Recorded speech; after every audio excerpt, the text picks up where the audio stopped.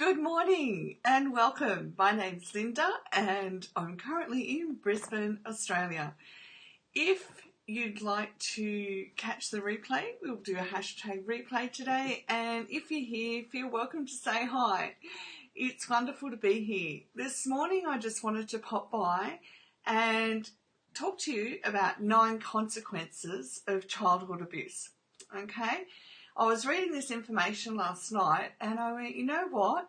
The more knowledge we have, the more power we have, the more ability we have to work with what's happened to us, and I think this is really important information. So as a child being raised in an abusive family system, first thing that happens, well, one of the things that happens is that we learn 4 lies about ourselves, and these lies impact the framing of our worldview and also the view that we have of ourselves, okay? And that is really important to know, because if we don't know that, then we don't understand there's a different worldview we can have and there's a different view of ourselves that we can have. So what the first thing is we blame ourselves. We believe that we are to blame for the abuse that happened to us, okay? So we take on that responsibility as a child, which isn't ours, and that does impact our worldview and it does impact our view of ourselves. It definitely decreases our self-worth and our self-esteem, because the person in power, we just look at them as a child, we look up and we're like, it's all my fault, they're bigger than me, and I can never overcome this. Well, that's certainly one thing when I looked home. There's just no way I'll ever overcome this. You know, it's all my fault. I can't change it. Okay, so look at the belief that you have around whether you can change things or not, and what looking up at that adult in power sits within you. Okay, we believe that we are bad and unworthy of good things.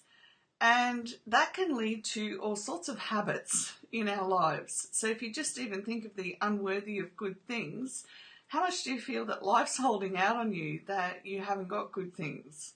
So really take the time to think about it and feel it in your heart, what's happening for you. We come out of it filled with shame. Okay, we feel shame-filled. And at the core of shame is we believe we don't belong. So tie it back into it's my fault, and you really understand how you believe that you don't belong, because we also it can also extend into beliefs like I have to be perfect in order to belong, good enough is not good enough, and so on. There's just so many beliefs that come out of that. It's mind-boggling. And we believe that we are powerless, okay? So when an adult abuses us in any way, shape or form, we have our power taken away from us.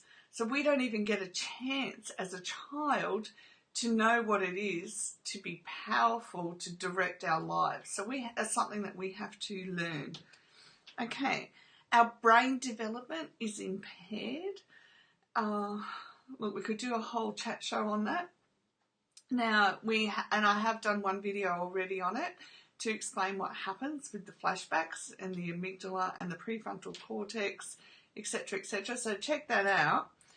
But our brain, I'm not sure of the actual age when it stops developing, but certainly in the younger years, if we aren't taught order, then we have to learn it ourselves, okay? We have to, and because our brain is plastic, we can create the new neural pathways as we learn and we reinforce the new learning, okay? Don't beat yourself up, ever. It's something that we all go through and something that we all can do. And I found that the more we understand that there's millions around the world going through this, it makes it easier to understand that we're not alone. Okay. The body is systematically impacted, especially our immune system. So think of all I'm trying to think of the meme that goes around. think of all the silent illnesses we have these days, things like fibromyalgia. Oh, look, there's so many of them, and it's so sad. And this is the type of thing that happens. Our body is impacted and our health is impacted, and particularly mental health is impacted, okay? Emotional literacy and intelligence is damaged. Doesn't mean we're unintelligent. It simply means that we now have to relearn how intelligent we really are, okay? Because we put into place, it's like having gateways, okay? So as you open each gate to each new awareness, which was taken away when we were feeling shameful and powerless, we open a gate to a new awareness, and as we do that, we grow our emotional intelligence, and we also regain our intelligence, all right? Oftentimes, as adults, we feel that we have to dumb ourselves down for other people. I know I certainly am guilty of doing a lot of that, dumbing myself down. And some of that comes from the toxic family, especially for me as a teenager. I was told I was a drama queen and it's all your fault, you're the one with the problem, etc., because I wanted to talk about emotions. I wanted to be clear on what was happening, and there was no capacity, no facility within my family to talk about emotions, okay? And I even had the nickname Elizabeth Taylor as a teenager because they didn't know how to cope with somebody who actually wanted to have a discussion about how I was feeling. And I was looking for adult input and guidance, but it wasn't forthcoming. Instead of, it was shaming, okay? And this kind of thing happens right across the world, okay? We're not on our own. It happened a lot. So our capacity to form relationships is damaged. Okay, so our mind, our brain has one version of how relationships are, but who we are at our core, we know, we have a deep awareness of how relationships, not should, I don't like the word should, but we have a healthy appreciation for how relationships aren't run. So then within ourselves, we know that when we're in adult relationships, I certainly found that for me, I'd pursue a healthier line of wanting a relationship, but it wouldn't work because the other person didn't want that, okay? So therefore, our capacity to form a relationship is damaged. And there's a whole lot more. It's a lot deeper than just what I can say right now. But as we form a relationship with ourselves and we get to know ourselves, our authentic selves more well, and we become more in our own power, we are better able to state what we need in the relationship. We are better able to understand why we have questions. And we are more fulfilled within ourselves about what we want from and need from a relationship. And then the other side of that is what I can give and what I contribute to a relationship. Okay? So it's like a big full circle, really, isn't it? We're coming together. Okay, and it is possible, and a lot of our healing is done in relationship. So it's first part's done in solidifying ourselves, building ourselves up, becoming more aware of our authentic self. And then the next part is done in relationship. And it's not about having a romantic relationship. It's simply about having relationships outside of our home, out in the community, whatever that looks like. And we do them really truthfully. We do them with grace and we do them with honesty. Okay, it's a really beautiful place to be. And regaining our power means that we know when to step back from people. We understand other people a lot better than they can even understand themselves. We can see what's happening.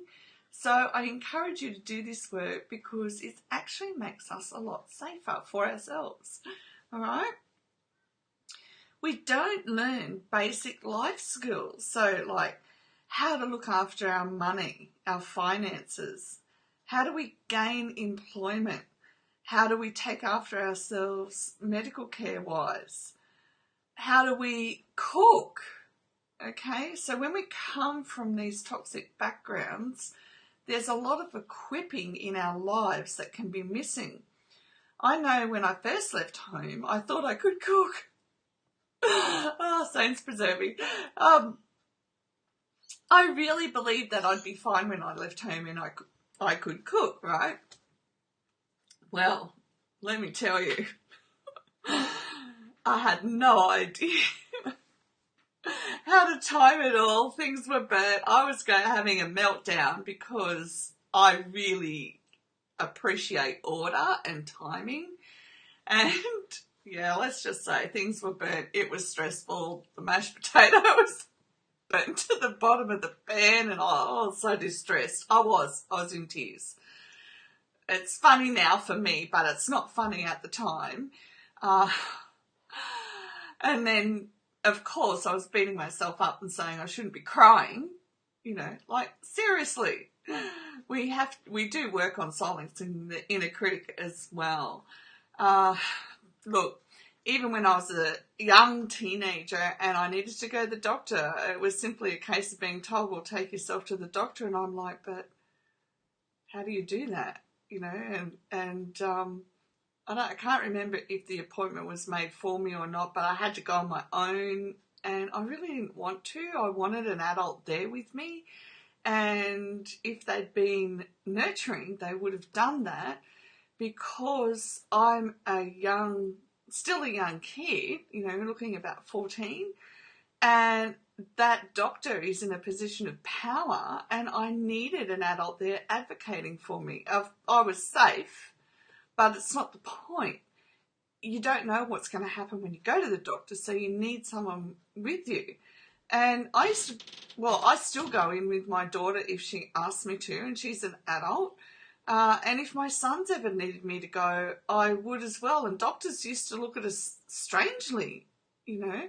But I do this. I will be there to advocate for them. Sometimes they don't even need me to say anything. It's just having that presence there so that they know they can handle it, or if they needed something, I know them well enough to say to the doctor, this is what's happening. But I let them manage the whole session themselves. So these are the kind of things that we, coming from toxic families, didn't have. We didn't have this equipping. Okay, so not only do we need to do it for ourselves, for those of us with kids, we have to learn in order that we can teach them how to do it as well. Our attachment is damaged. That's a whole other different chat show, which we can do another day. And what I can say is, over the years, I've found it hard to form attachments because there was a lack of ability within me to trust other people. Okay? And it'll come out differently, but it's not something that we think about. It's actually a deeper feeling that can I or can't I trust you? But then we have to come back to knowing that we can trust the decisions that we are making ourselves, okay? So it's challenging, but we can do it. And we learn to trust our decisions by making small ones first. We have a high rate of serious and chronic mental illness. And the fact that we're all in here today or we're listening, you nod your head and go, yes, this is what's happened.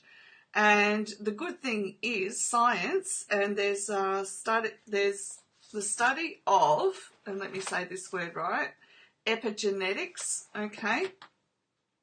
And it is showing how much, it is now showing, epigenetics shows that when we're someone who has experienced trauma, our DNA reads differently than to somebody who hasn't experienced trauma. Okay, so scientists are really coming forward with the neurology and the biology. I don't know. It's because someone's just asked, how are you always so spot on with what my experience is? Crazy. It's because it's happening for all of us. This experience is happening for all of us that have come from toxic families. And, I'll go there in a sec. Just let me finish this one off. So, yeah, we have a high rate of serious and chronic illnesses, and it is now being shown in our DNA, okay? So it's not you, it's not in your head, it's not your mind. Don't listen to what your family and friends say, that you're the one with the problem. You're the one with the problem that's been forged from not just your toxic family in the immediate vicinity, okay? It's forged from, it's genetically handed down, okay? But we can work with that and be overcomers. Okay, and the ninth thing we learn to do is isolate, okay? So we are taught to keep family secrets. So in my family, there was definitely, if we don't talk about it, it didn't happen, okay? My mum used to tell a story of being hit in the face and her mother-in-law was there and nothing was ever said. It didn't happen. Actually, that was my grandmother, and in later years, she was actually visiting the state I live in. She's my favourite grandmother. I love her. And I'm ringing her at home and there's no answer. So eventually I rang my uncle and said, you know, is Nan all right? And he said, yeah, she's up there with your uncle. And like she was literally 2 minutes down the road from me, had been there 3 weeks and hadn't contacted me. And for the life of me, I'll never understand why. I rang up, I was upset, I love my Nan. I used to take time off from work and go and visit my Nan and Pop. That's how much I love them. I'd spend my holiday, in Australia we get 4 weeks off a year. So I'd take holidays and I'd go and spend them with my grandparents because I love them. So when I found out she was 2 minutes down the road and had been there 3 weeks, I was highly emotional and upset on the phone to her. I wasn't angry. I was just like, why? You know, trying to understand. Anyhow, eventually I calmed down and I said, well, you know, can I come and see you? She says, yes, but, you know, we won't be talking about this.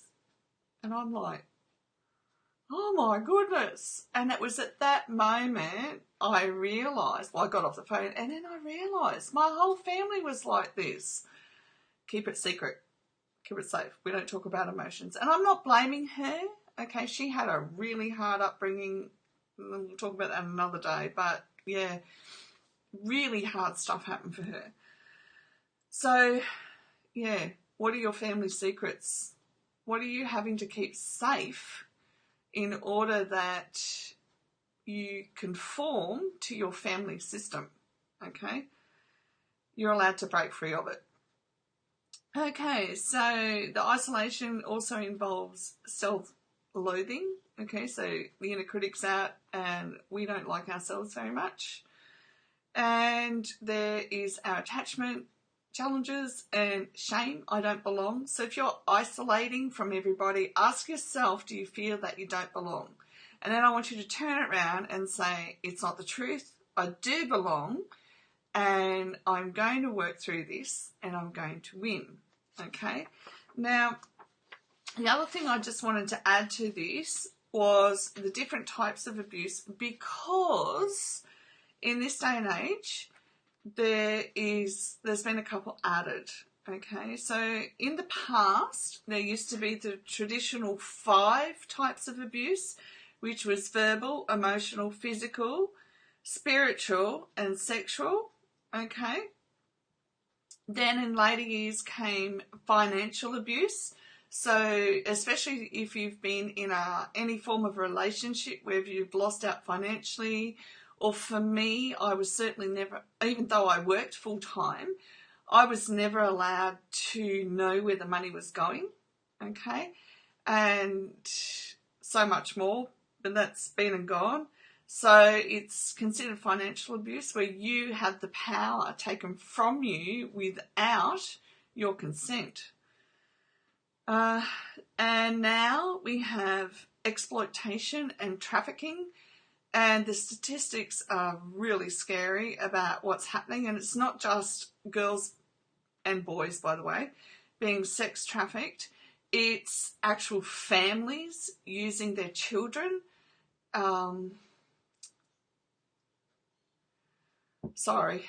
It's really emotional, actually, what people will do to their family, and I find it really hard to understand how parents can trade their children for material things. So a parent will, for argument's sake, I didn't realise, a parent will trade their child for material goods for sexual favours, for argument's sake, or, you can take my daughter out on dates as long as you provide me with X amount a month, or, it could be anything, any material thing. Sorry, I need to move on from this one. I find it really hard as a mum who would walk on fire to protect my children when other adults don't protect children. Okay, and neglect is now recognised as a form of abuse, and neglect can be everything that we've already mentioned as well. Neglect is the basics of all the life skills we are never taught, okay? It's, to put it simply, it's necessary for parents to adult and teach their children things, life skills, not things, life skills, okay? And bullying, okay? So bullying is a form of abuse now, and recognised as a form of abuse, and it's not just in the schoolyard, it's at home as well. Okay, I hope all this information has helped clarify some things for you too. It certainly gives us information to work further more on our recovery. The information always helps us because we know we're not alone. We're not the only ones going through this. There are millions around the world who are having to do complex trauma abuse recovery. And I want you all to make sure that you're doing it with somebody who understands complex trauma, because talk therapy is now being recognised as not always the best form of therapy for complex trauma, okay?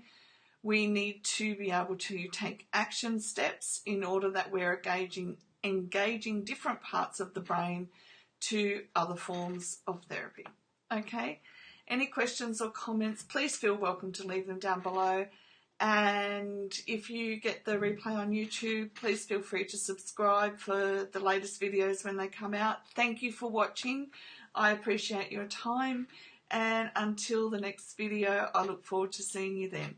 Bye for now.